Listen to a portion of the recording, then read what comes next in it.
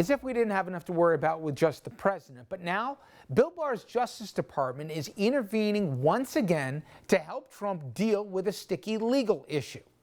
Experts say the move unprecedented. Justice Department asking a New York federal judge for permission to step in to replace President Trump's private legal team with Department of Justice lawyers in a high-profile defamation lawsuit. In its court filing, the DOJ argues that President Trump was acting in the scope of his official role as president when he accused author E. Jean Carroll of lying about her claim that Donald Trump forcibly raped her more than 2 decades ago in a dressing room at a Bergdorf Goodman's department store.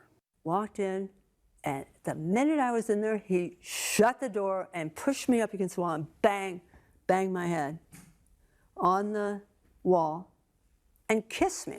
It was so shocking. The president has repeatedly denied the allegations, telling The Hill she's not my type. I have no idea who she is, none whatsoever. Those denials, along with the president's claim that Carroll was lying about the alleged rape, is what prompted her defamation lawsuit.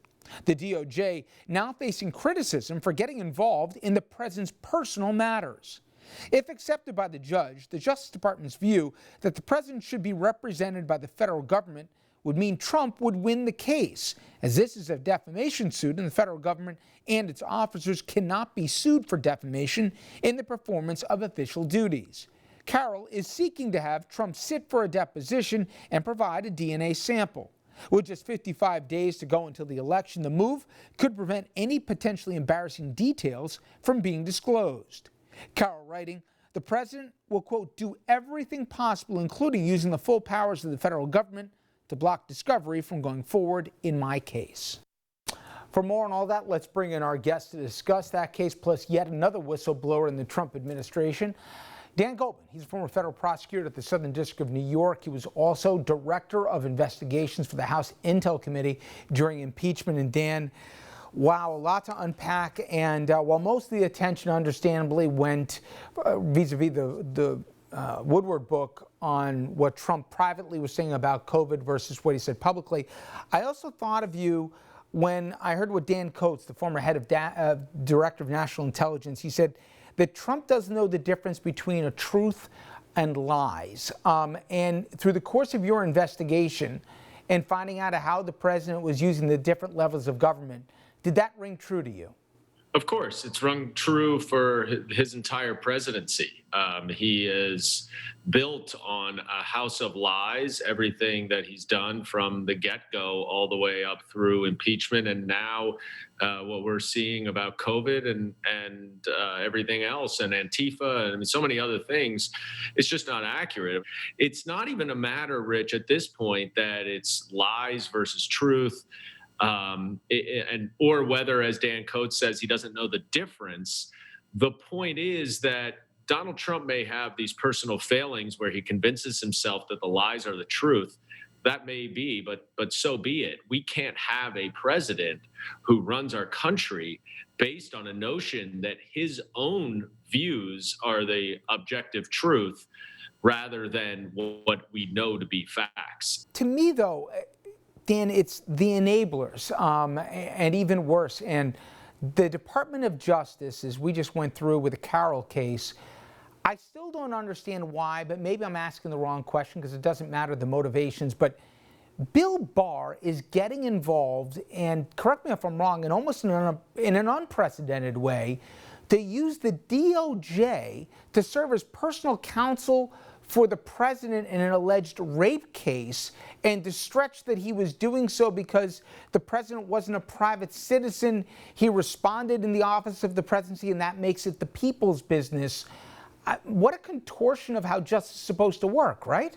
Bill Barr has shown that he views the Department of Justice in the same way that Donald Trump has sought to find someone to view that department, which is as Donald Trump's personal lawyer, not the greatest objective government lawyers in our country. And to contort this to say that because it's a defamation lawsuit and the purported defaming lie occurred while he was president. Therefore, it's the Department of Justice. This is a private lawsuit. The DOJ has no place in this.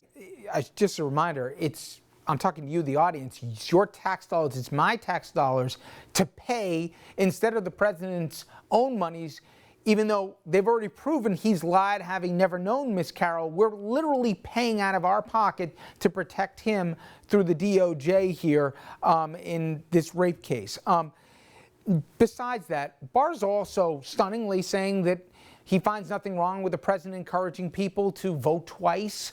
Now we understand there'll be an October surprise for something you know very well. Explain what a bipartisan Republican-run Senate committee found about the genesis of the Mueller probe and what we're expecting, or the president is saying, could be an October surprise with this Durham report. If you get information that Russia has stolen emails from a political candidate and intends to release them in order to influence the election, and that members of the opposing candidate's campaign know about it, it is a counterintelligence risk. It is what ultimately we learn to be criminal interference in our elections by the Russians, but it would be unfathomable not to pursue an investigation. And Bob Mueller said it was properly predicated. The Senate Intelligence Committee said it was properly predicated. Yet Bill Barr, doing the president's bidding, has initiated this investigation to dig into the underbelly of all investigations, and to try to drum up some sort of fodder that the president can use in this investigation. And it is completely fallacious to claim that the release of a report by John Durham of this investigation, because it does not relate to one of the candidates, is therefore outside of the policy that the Department of Justice has not to interfere in elections. Of course, this report will be cited over and over by President Trump, almost no matter what it says. And because of that, he's using it as part of his campaign, and Bill Barr knows that. So it is a fiction to claim that this does not violate DOJ policy. Finally, just so people think this isn't just about an election, there's real national security consequences to this. And I mention this because another whistleblower has come out, Brian Murphy, and he worked at the Department of Homeland Security. He said that he was told by the acting head of Homeland Security to stop producing reports showing the Russian interference in the upcoming election because, quote, it made the president look bad. In effect, phony reports, he alleges, were made to equate that China and Iran were meddling equally as much, and they were all equal factors when he said overwhelmingly it pointed to Russians. They also were apparently told to downplay white supremacists as terroristic threats within the borders of this country. This makes us less safe as a nation, and they're doing it seemingly with the blessing of the Department of Justice, as well as other governmental agencies. To put it in a scientific term, that's crazy, Dan, isn't it? These are real threats. These are threats to our democracy. These are threats to our security. These are foreign adversaries trying to intervene and upset what is a wonderful governmental structure that we have, and to exert undue influence on our elections, our security, you name it. And the fact that the president, of course, views everything in a political sense, which we know based on his response to COVID, that's one thing. But for now, all of the intelligence agencies, or many of the intelligence agencies, and when I say all, I also refer, Rich, to John Radcliffe, the director of national intelligence, who informed Congress that he would not, nor would any intelligence officers give any in-person briefings about election security, and everything would be done in writing. And then you have this whistleblower saying, well, things in writing were altered to cater to Donald Trump's political wishes.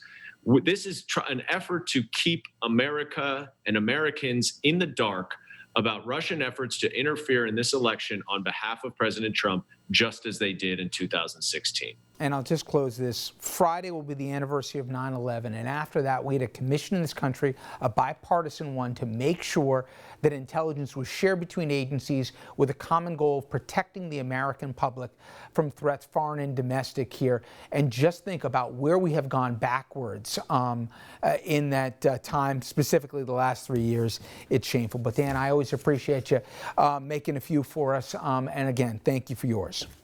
Great to see you, Rich. You too.